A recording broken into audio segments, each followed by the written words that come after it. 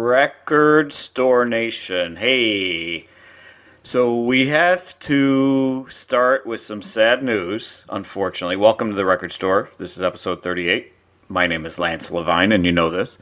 But we have to start with some sad news because this was supposed to be a live broadcast where I was going to batter and bash my partner, Brian Trammell, also known as BT, Coach BT.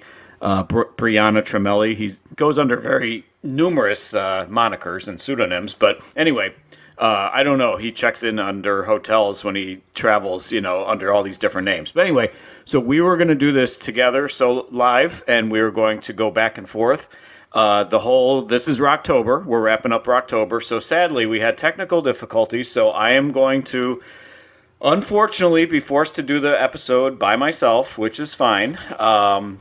Because I have voluminous notes about the album. However, I do want to make note that he did select the album. That was the gimmick that we were going with today, is that he was going to select the album. This is Rocktober, and the gimmick of Rocktober for us is, of course, that we only use albums. I only randomly select albums from the year 2022.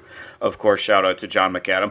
That has become my, how Jimmy Kimmel says, apologies to Matt Damon, we ran out of time. So that's basically become because I'll let you a peek behind the curtain. Anytime we refer to anything from like the 80s, that's the shout out to John McAdam because pro wrestling and whatever is stuck in the 80s. But anyway, that for most of you, you don't care. You don't even know who that is, whatever.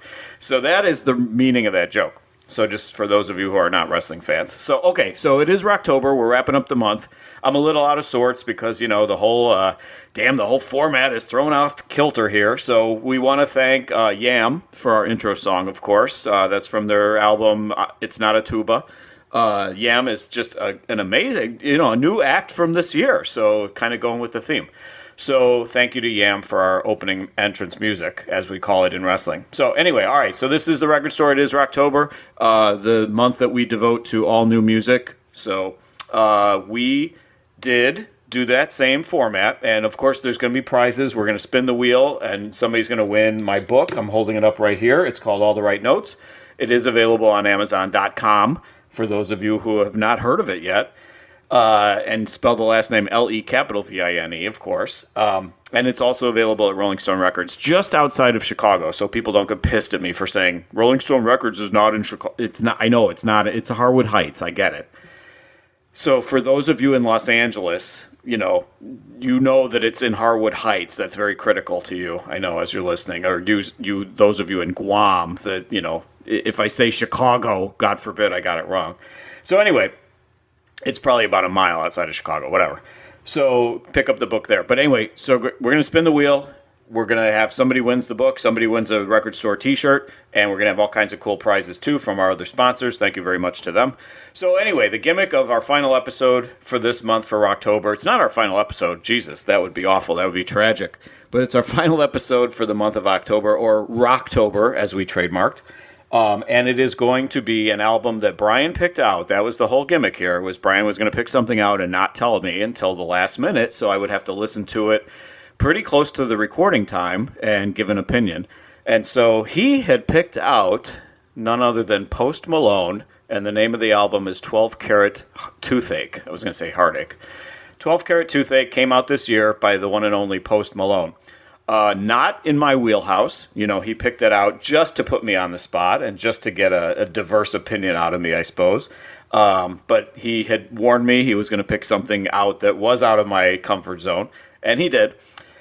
He sent me a link to it, so I did not buy it. I listened to it within the past 24 hours for the first time. So these are all very raw and very up-to-date opinions on this guy. So as we do on the Record Store, and I say we because, I'm a psychotic podcaster that has multiple personalities. But as we do, we did some research here, and I can tell you some bits and pieces about Post Malone. First off, I got to say, when he told me that was going to be who we're dealing with here, I said, that guy looks like walking chlamydia, basically. And I remember I did say that. I think I said the same chlamydia. I think I said that about Pete Davidson, too. And Brian got pissed because he likes Pete Davidson. I'm not a fan of either guy. They just look gross. They just look like they need A shower, a shave, not even a shower is not going to do the trick. Fucking put them through the car wash, sanitize them, whatever. But anyway, so Post Malone looks like he's walking chlamydia, but the ladies love this guy. I don't get it. There is a friend of mine that is a beautiful woman who's probably, I'm guessing I don't know her personally, but I'm guessing she's early 40s maybe. And this lady is gorgeous, and she loves this guy. I've heard from my friend that she's just got the biggest crush on Post Malone. I'm like, I don't get it. I just don't see it. Anyway, I know ladies love the bad guy, whatever, the bad boy, but maybe that's what this guy is, but I don't know. Anyway, so the guy has had 4 albums. Believe it or not, he's only had 4 albums, but yet in my research it shows that he's had 42 singles. I'm like, wait a second. How does that work? You know, most bands, I know things have changed as far as like streaming and stuff goes, and downloading and all that. But 4 albums, 42 singles. So roughly 10 or 11 singles per album. That's like the entire album. So like that never happens. Like in the best days of the Beatles and Michael Jackson and Fleetwood Mac and all these bands that have had monstrous numbers of singles, the Beach Boys, Rolling Stones, you know, there's never 11 singles on an entire album, you know. So I don't know what's going on with this guy. So anyway, according to Dave Meltzer, I did some research. Dave Meltzer told me that his real name is Austin Post. He is 27 years old.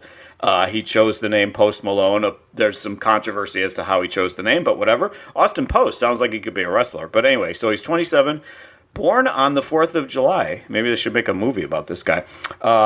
He is known for blending rap, hip-hop, pop, R&B, trap, whatever that is, and cloud rap, whatever that is as well. So it didn't have the nerve or concern to research what either one of those terms are. I know what rap, hip-hop, pop, and R&B are. That was good enough for me. Debut single for this guy was White Iverson. Pretty offensive. That came out in 2015 at age 20. So that's actually kind of cool that he had a single at age 20 that put him on the map. Even though it was offensively named White Iverson. Second album was named Beer Bongs and Bentleys, also offensive. Was nominated for Album of the Year at the Grammys. That's really offensive that an album of this guy's was nominated for a Grammy. Guy has sold 80 million records, so he's getting it done. You know, something's working. He's getting it done. So as a kid, his family moved to Texas in 2004. His father, believe it or not, and I wanted to surprise Brian with this bit of information, his father was... he got the job of the manager of concessions for the Cowboys. So that is Brian's favorite team, is the Dallas Cowboys. And so his family moved to Texas in 2004. Father got hired by the Cowboys. So I thought that was pretty cool. Maybe that's why Brian picked it. I don't know. I'm guessing Brian didn't know this fact. But anyway, I uncovered that little nugget. So after that, Post moved to Los Angeles, started connecting with all the big names in rap. Kanye West, if he still goes by that. I don't know if he's Kanye West or Ye or West or whatever. But anyway, hooked up with him, 50 Cent, Young Thug, and Justin Bieber, among others. In April of 2020, and so he immediately connected with those guys and started, making a name for himself. April of 2020, so right at the beginning of the pandemic during the lockdown, he actually did a concert of only Nirvana covers and raised $5 million for COVID relief, which I thought that was actually really cool. Nirvana's classic, legendary, great band. I will commit to this. I will go back and look for that and try to listen to some of this stuff. So anybody that covers Nirvana, I'm willing to at least give it a listen. He calls Bob Dylan a genius, so that kind of explains. Another guy that I really can't stand is Bob Dylan, and I know I'm going to take some hits for that one, but he calls Bob Dylan a genius. Actually has a tattoo of Bob Dylan. As of this writing, he has 79 tattoos, so it could have gone up. In the time it takes Brian to produce this episode, it could be more than 79 tattoos. But he currently, Post Malone, has 79 tattoos, one of which is Bob Dylan. Another one is JFK. So that kind of inspired me. I think I'm going to get a Millard Fillmore. I'm going to get my first tattoo, and I'm going to make it Millard Fillmore. So we're going there. So anyway, all right. So to this album. So this album is from this year, or a couple months ago. It's called 12 Carat Toothache. This album has 14 songs, which by default means that there will be 14 singles. But no, there's 3 singles so far. The first one is called One Right Now, which is featuring The Weeknd, or The Weeknd, as it seems to be spelled. Cooped Up is another one, and then I Like You, and then in parentheses, A Happier Song is the third one. And that one features Doja Cat, who I know who that is, and she's cute, So anyway, so this album, 12 Carat Toothache, got positive reviews. The critics really liked it, and it got 121,000 album sales in the first week. So I'm guessing most of that is streaming. But anyway, yeah, 121,000 sold in the first week. Got good reviews. Critics said that it shows more maturity in his work and shows growth as an artist from Post Malone. It hit number one in Norway and Canada. Those are the two countries where it actually hit number one. Did not hit number one in the States. Got up to as high as number 2 in the States. But only hit number 89 in Japan. And so when we get to the end of the episode and I tell you what I thought of the album, we'll see. Did I agree with the Norwegians at number 1? Or did I agree with the Japanese that only got it as high as number 89 on the charts? So let's get to the album. So, God, I wish I had Brian here to bounce this off of because this would be hilarious. So, all right, he's the one who chose it, so whatever. So, all right, so the album starts out, and by the way, just again, behind the curtain, he sent me the link for this, and it is a YouTube video, YouTube music, whatever. It was a video of the entire album. And so preface this, so there's 14 songs, it went one after the other, and actually it just kind of blended straight together. It was slightly different from a normal album format, but it all took place, it was him in a room with a bunch of people watching that, according to the research, said it was friends and family watching it. So it was kind of like a small, I don't know, like a meeting room or something, but it was just basically him, a cigarette and an ashtray, and a big table that he was leaning on, and you really didn't see the audience that much. There were people there, but you couldn't see them, you couldn't hear them. You saw them here and there, but you couldn't hear them at all. They were not mic'd whatsoever. But the whole room and him and everybody in it was bathed in red. So that was the whole thing for 45 minutes was just seeing this, couple different camera shots of what was going on. There's no musicians there. There's no instruments there. It's just basically the music's being piped in. As far as I could see, he wasn't even singing because there was never any real extreme close-ups of him. But it was just basically him moping around, leaning with a ton of angst on this table, bathed in red. So that pretty much sets the scene. So there's really not much to watch on this if you're watching it on the video. But yet I'm sure people loved it, and it probably got 18 jillion streams the first day that it came out. So anyway, all right, first song is called Reputation. Actually, to me, one of the highlights of the album. And I'm listening to this, I'm like, wait a second, am I going to be completely blown away and amazed here? There's a real beautiful piano open to this. It's just really raw, emotional singing from this guy. And I have to admit, I was taken aback.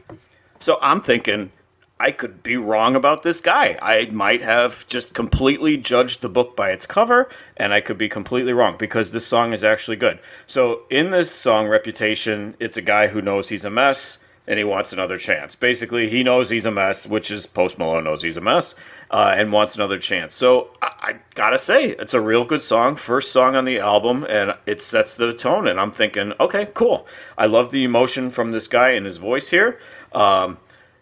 Kind of like a whiny voice. I don't know, hard to describe his voice, but kind of a little bit on the whinier side, which is not in itself a bad thing, but just the tone of his voice. And I remember, before we got into this, Brian has talked about this guy in the past, saying he's not necessarily complete rap, he's not complete hip-hop, he's more pop, he's different style. So I gotta say, first song, Reputation, was a winner in my book, and I was thinking we're off to a good start here. So then we get to the second song, it's called Cooped Up.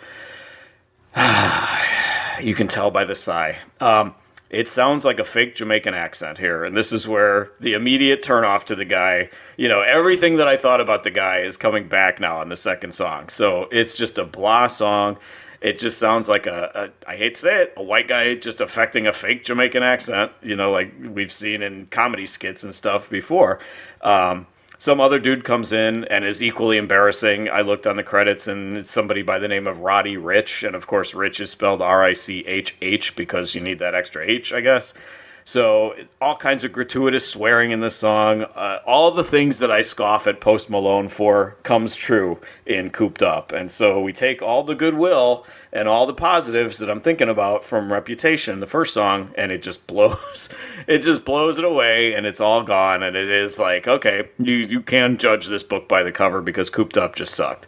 So, all right, third song is called Lemon Tree. It starts with this really spare country-sounding guitar. But then this guy's over singing and just like his whiny over singing, if you want to even call it singing, but if it's just his whiny voice just overpowering this really spare country beautiful guitar.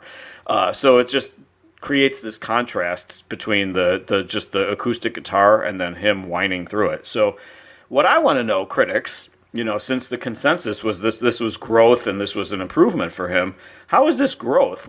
He's got this fake Jamaican accent, he's swearing throughout every song just because, and I'm going to say it, swearing in a song, not a bad thing. I'm not, grumpy get off my lawn guy. If they're swearing in a song, Guns N' Roses, they don't swear in every damn song. That's the thing, so the swearing in every song just kind of takes away the power of the swearing in the song. So every song has F-bombs and you name it, and he's swearing in every damn song.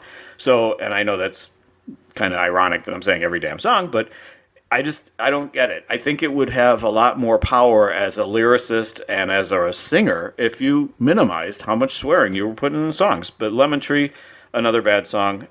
Then we get to the fourth song. It's called Wrapped Around Your Finger. Another highlight. So we go, from one good song to a couple clunkers, and then we go to Wrapped Around Your Finger. This one, what I'm noticing after having gone through the whole album now, what I will say about Post Malone is there's very little music. It's mostly just one instrument, whether it's guitar or piano or whatever. There's very little actual music. It's not like a band. I don't know what seeing him live would be like because there's hardly any music. It's mostly just him singing with like one thing in the background. So anyway, but Wrapped Around Your Finger at least had some music and it had a beat to it and it was actually kind of catchy. So he dropped the Jamaican nonsense, that BS. He dropped that here. So it was back to just like basically him singing as him. So this was more of a pop song. This was more catchy. This was more tuneful. It actually had some music to it. I mean, I'm sure he's one of these guys where there's like 9,000 people on the credits, but yet there's hardly any actual music. So anyway, this song actually had some music, so I like this song, Wrapped Around Your Finger, the fourth song. Fifth song is called I Like You, parentheses, A Happier Song. So this was one of the singles that we talked about earlier. This is with Doja Cat. Just an ugh. Back to the crappy again. So even though he's got whores all around him, he wants her. That's the meaning of this song, and that's the basis of this song. So not only does he have whores all around him, and he says whores, so don't get on me and don't throw brickbats my way because I'm using that term, but even though he has the whores around him, he wants her, and he acknowledges that she's with somebody else too. So I'm like, okay, so this idiot wants to steal away somebody else's girl when he has women all around him. Whatever. Anyway, so I just, again, just a ridiculous, just perfect, trailer park type relationship here going on with this guy, and he kind of looks like that anyway. I'm just wondering if Bob Dylan had songs like this. Did Bob Dylan sing songs about, wanting to bang some other girl even though he had whores all around him and she was married to another guy? I don't know. His hero, Bob Dylan. So that was I Like You, A Happier Song. So the sixth song is called I Cannot Be, and then in parentheses, A Sadder Song. So see, it's the follow-up to the last song. So the last song was a happier song, and now this is a sadder song. So get it? It's so clever. Anyway, I'm bored with this guy's fake BS. I'm bored with the Jamaican accent post. I'm bored with your swearing. I'm bored with I Cannot Be, A Sadder Song. The two package deal songs here don't make any sense to me. Whatever. Get off my lawn. Come on, kids. Come on my lawn. I don't care. Come do my lawn. Whatever. So, all right. Sixth song was just meaningless. I Cannot Be, A Sadder Song. Seventh song is called Insane. Kind of what I feel like listening to this album. Even though there were two good songs. We're on the seventh song, and there were two good songs, so I will say that. So seventh song is called Insane. I don't know why it hit me here, but in doing the research about Post Malone, it said, that there were a fair number of hardcore rap guys that hate this guy. And I can see it, because he's trying so hard to be something that he's not, And so when there are authentic, and admittedly, I'm no expert in rap. I don't know much about rap. I know a lot of the names and stuff, but it's not in my wheelhouse. So, but I do know in researching this that there were rap people that hate this guy. And just like when Eminem first came out, there were rap people that hated that guy. And like I said, I can see it because he's just trying so hard to be something that he's not. So, and again, I'm not anti-swearing, but it doesn't need to be in every song. It was, again, peppered all over Insane as well. So, doesn't need to be in every song. Ruins the effect of when you do use it. So, anyway, just my thought as somebody who appreciates good lyrics. So, all right, eighth song, and then we're going to take a break. Eighth song is called Love Hate Letter to Alcohol. And we are on another good song. So, it's really a wildly inconsistent album because there'll be a good song and then there'll be two or three crap, just garbage, So, wildly inconsistent. So, I'm actually really appreciative that Brian picked this album because it opened my eyes to this guy. And confirmed, or maybe at the end of it it'll deny what my initial image of this guy was. So, but anyway, this eighth song, Love Hate Letter to Alcohol, this might explain some things about this guy, the name of the song. So it's actually a very powerful start to the song, and here there is swearing in the song, and it makes sense because he's pissed off about what alcohol does to him. But see, that's the problem in using the swearing in this song. It loses its impact because there's been swearing in all 7 previous songs, so it just loses the impact. Like when Guns N' Roses uses swearing in the lyrics, it hits you because it's not in every song, so it's really overdone. But this song, I will say, this Love Hate Letter, very good song, really good emotional song. He's mad at alcohol for what it does to him, but yet he keeps going back to it. He can't stop drinking. And an actual, I will definitely say, a highlight on this album is the song. It is a good song, and I really appreciated that song. And the honesty, because he has gone on record as having a drinking problem, and he has been in rehab. And so, again, I appreciate the honesty that he brings to the lyrics on this one. So, all right. We're going to take a break. We're going to pay some bills. We're going to talk to our sponsors and see what they're selling these days. What are they peddling to you guys? And we'll be right back with the second half of Post Malone's 12 Carat Toothache on the Record Store. We'll be right back. All right, we're back from break. Back at the record store. Man, I would love to work at a record store. As somebody who's been in retail all my life, I guess that was probably the genesis of how this show got named The Record Store, because that would be like a dream job. First baseman for the Dodgers, obviously. A roadie for Fleetwood Mac probably would be up there, but definitely managing a record store. Maybe that's my next gig, as they say. So anyway, welcome back to The Record Store. Thank you to our sponsors, and we are covering 12 Carat Toothache or Headache. What is it? 12 Carat Toothache. Here it is. You can tell how much of an impact this album had on me. So 12 Carat Toothache by Post Malone, which was chosen by my esteemed partner in crime, Brian Trammell, because we're doing all albums from 2022. This is from 2022, and he wanted to pick something out of my wheelhouse, which this indeed is. And so it has worked, and it's been it was an entertaining thing to do, is to listen to an album that totally something that's not my kind of music, but I really enjoyed the process of putting this together. So we're on the second side now. Let's see. The first side, wildly inconsistent. A couple good songs, one very good song, but a couple good songs amidst a bunch of clunkers. So let's see how side 2 is. Let's see if it brings it one way or the other as far as the thumbs up or the thumbs down. So, all right, ninth song on the album is called Wasting Angels. And here we go back to the bogus Jamaican accent. So he just loses all credibility with me with this. He just affects this ridiculous, stupid, Jamaican accent. It just loses all credibility. I'm sorry, just awful. And, like I said, this album is basically, the whole video of this is him moping around this table, smoking, and whatever he's smoking. I'm just saying that as far as any props go, he's got a cigarette, probably a pack of cigarettes, A lighter, probably. I didn't notice if there was lighter. An ashtray is there on the table. But this whole thing is just basically him leaning on this table all full of angst, and the whole room bathed in red. It's just really boring. I'm sorry. Nothing happens. Just him like leaning on this table the whole time and making different, and it's all like grainy, like it's definitely grainy and dark, so you can't really see. There's no expressions on his face or anything because you really can't see anything. There's no other sound or anything. There's no clapping. It's just the tracks playing, and you don't even see him singing or anything. So it's just really weird. I don't know if somebody wants to explain this performance art to me, whatever, but it would just be nice if something actually happened in this video of this album. So Wasting Angels didn't make much of an impact on me aside from the Jamaican accent again. So, all right, 10th song is called Euthanasia. The beat of this song is a heart monitor in a hospital. Like that doot, doot, doot, when you're listening to, like on a medical show or whatever. That's the beat of the song is the heart monitor, and that's the entire beat. So I guess that's supposed to be clever that a song called Euthanasia has a heart monitor as its beat. So anyway, it just makes it more monotonous to me. It's just that same beat over and over again. It's just so monotonous. So another problem here, and again I referenced it earlier, there's very little music. It's just this guy's mopey, whiny voice. So if there was more music, maybe I would understand the appeal of this guy, but it's literally just him.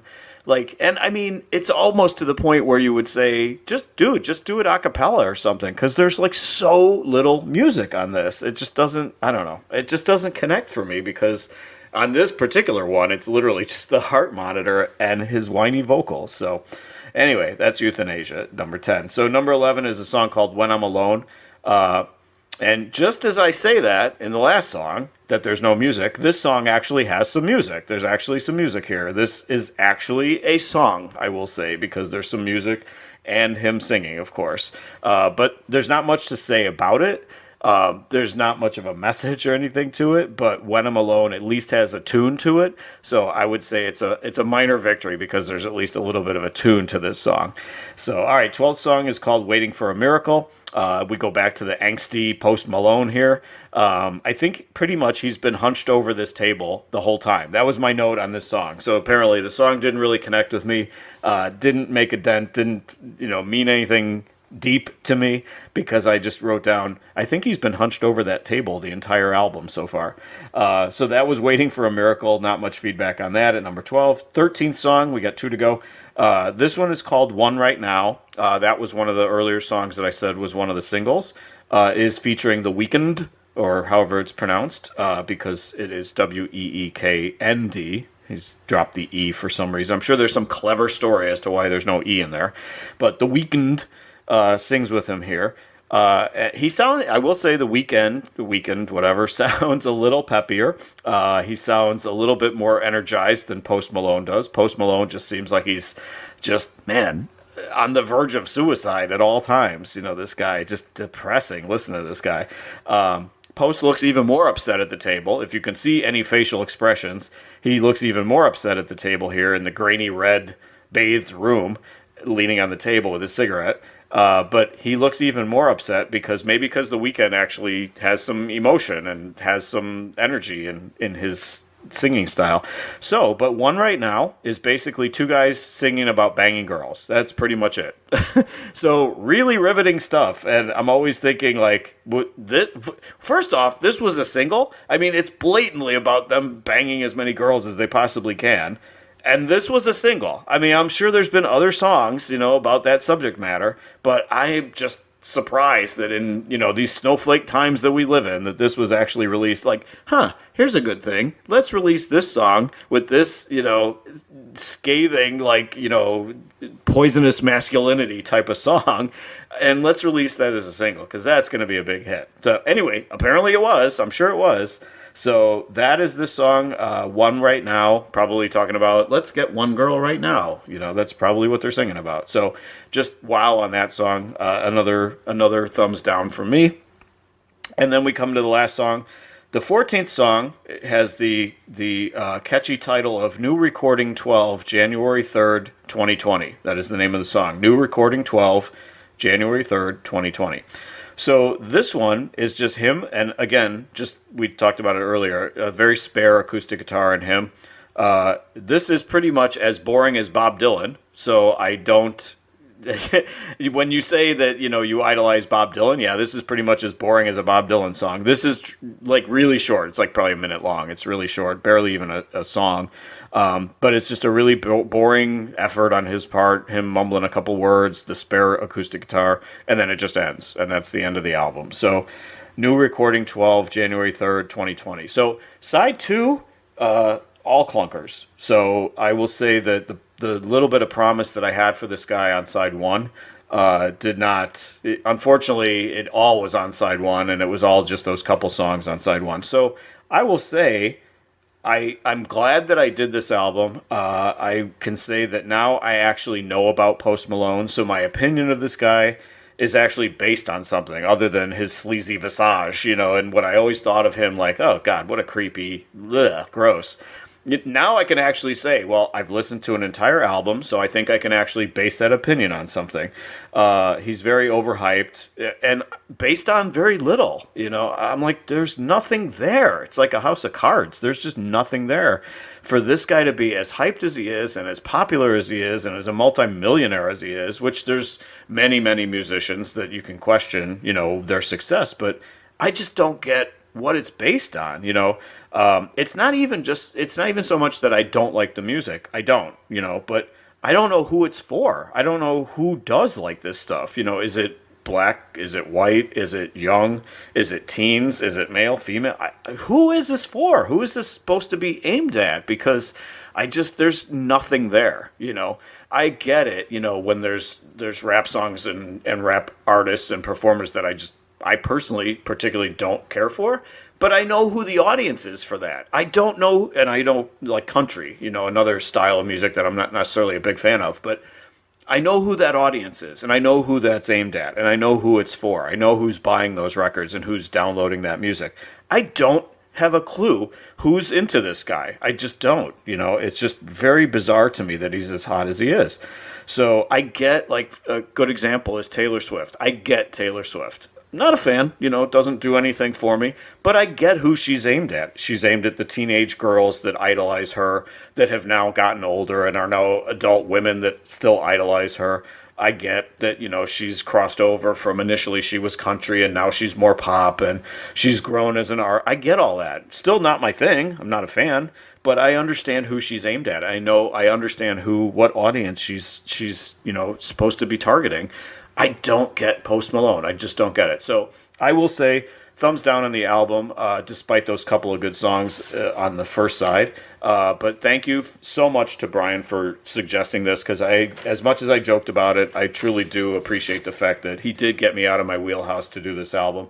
I would have loved to tell him. In fact, I texted him before we started when we were having all our technical problems. I said, I really wanted to rip you for making me listen to this garbage, but in lieu of that, I'm sure we'll probably talk about it on a Patreon or something from another episode. But I want to say thank you to Brian. Thank you to you guys for listening. Thank you, the Record Store Nation. I don't know why I got tongue-tied there. I became Post Malone with my angsty cigarette. I think the dog is barking and everything went haywire. So thank you to you guys for listening. Thank you for hopefully enjoying Rocktober. Somebody's going to win some prizes real soon. We're going to spin the wheel real soon, and you'll get the All the Right Notes, and you'll get the Record Store T-shirt, and some other things that I'm sure Brian will throw in. And I want to say, we'll see you in November with another episode, a traditional episode of the Record Store, where I grab, a Seether album, or a Babies album, or an Adelita's Way album. I'm looking at the stack right now. Heart. Could be Heart. No, we just did Heart. Or we did Ann Wilson. Cheap Trick. Could be Cheap Trick. Could be Meatloaf. Who knows? So we will grab a random album. We'll see you in a couple weeks. And don't forget, I have fun everywhere I go. Stay with us. We're gonna delve into the best album, the best song on this album on Patreon. So stay with us if you're a Patreon. If you're not, you should subscribe now so you can find out what was my favorite song on this album. We'll talk to you soon.